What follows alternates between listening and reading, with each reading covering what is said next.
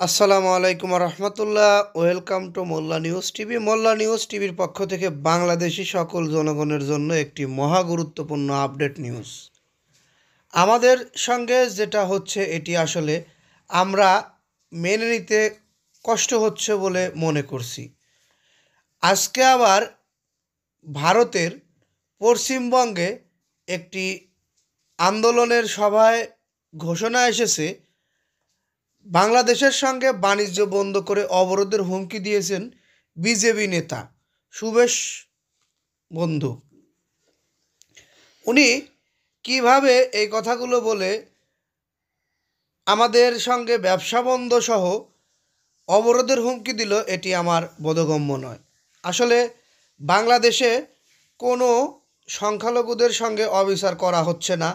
যদি আপনারা দেখাতে পারেন যে বাংলাদেশে কোনো সংখ্যালঘুর উপরে অত্যাচার করা হয়েছে অন্যায়ভাবে, তাহলে আমাদের বাংলাদেশের পক্ষ থেকে আমি মোল্লা নিউজ টিভির অ্যাডমিন হয়ে বলছি, আপনারা যা বলবেন তাই মেনে নিতে বাধ্য হবে বাংলাদেশ সরকার।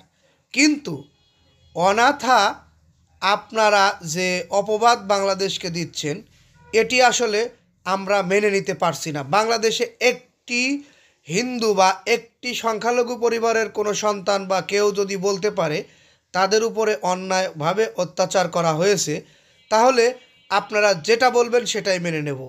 এই নিউজটি যারা দেখছেন, আমি আশা করব বেশি বেশি লাইক কমেন্ট শেয়ার করবেন, কারণ আমাদের দেশের উপরে যে অপবাদটা দেওয়া হয়েছে এটি আসলে আমরা মেনে নিতে পারছি না। আমরা সবচেয়ে বড় কষ্ট পেয়েছি, আপনি জানলে আপনিও কষ্ট পেতে বাধ্য।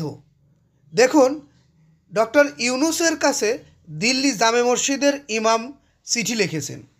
একটা মসজিদের ইমাম, অর্থাৎ জামে মসজিদের ইমাম, উনি দিল্লির জামে মসজিদের ইমাম, উনি চিঠি লিখেছেন কোনো দেশে সংখ্যালঘুদের উপরে অত্যাচার করা ঠিক নয়। আশা করি ডক্টর ইউনূস নোবেল বিজয়ী, উনি এইগুলো বিষয়ে দেখবেন। আসলে তাদের টেন্ডেন্সি, তাদের মাথায় ঢুকে গেছে বাংলাদেশ তাদের সংখ্যালঘুদের উপরে, অর্থাৎ হিন্দু, বৌদ্ধ, খ্রিস্টান, এদের উপরে অন্যায়ভাবে অত্যাচার করছে। এটা কোনোভাবেই আমরা মেনে নিতে পারছি না, কোনোভাবে মেনে নেওয়া সম্ভব নয়।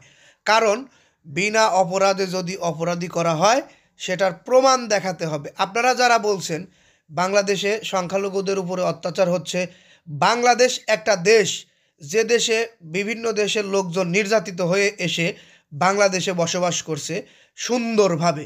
কেন আপনি ইন্ডিয়া এত ভাব নিচ্ছেন, এত কথা বলছেন? সেদিন কয়দিন আগের ঘটনা, রোহিঙ্গারা যখন বিতাড়িত হয়ে বাংলাদেশে ঢুকছিল, ইন্ডিয়ায় ঢুকতে চাচ্ছিল, আপনারা কিন্তু ঢুকতে দেন নাই। এই বাংলাদেশি ইন্ডিয়ায় না ঢুকতে দেওয়াতেও আপনাদের রোহিঙ্গা, অর্থাৎ এই নির্যাতিত রোহিঙ্গাদের বাংলাদেশে বসবাস করার জন্য সুন্দর ব্যবস্থা করে দিয়েছে। আপনারা আবার বড় গলায় কথা বলেন, আপনারা সংখ্যালঘুদের উপরে অত্যাচার করেন।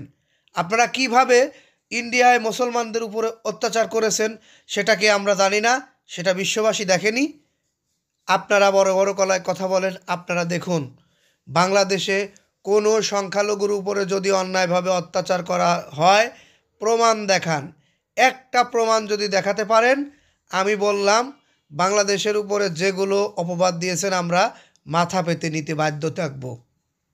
আপনি হিন্দু হন, মুসলিম হন, বৌদ্ধ হন, খ্রিস্টান হন, আপনি যদি অপরাধ করেন তাহলে আপনি অপরাধী। এর মানে এই নয় যে সংখ্যালঘুদের উপরে জুলুম করা হয়েছে। কেন? অপরাধ করলে মুসলমানদের উপরেও আইনানুগ ব্যবস্থা নেওয়া হয়, হিন্দু, বৌদ্ধ, খ্রিস্টান যারা আছেন তাদের উপরেও আইনানুগ ব্যবস্থা নেওয়া হয়। যাই হোক, আমি আশা করব আপনারা যারা বাংলাদেশ থেকে বা মুসলমান জাতি এই ভিডিওটি দেখছেন, তারা আমাদের নিউজে বেশি বেশি লাইক কমেন্ট শেয়ার করবেন। কমেন্টে অবশ্যই আপনাদের মতামত জানা যাবেন। এই বলে এখান থেকে বিদায় নেব। বিদায় নেওয়ার আগে বলবো আমাদের চ্যানেলটি সাবস্ক্রাইব করবেন, পরবর্তী নিউজগুলো সবার আগে পেয়ে যাবেন। আসসালামু আলাইকুম।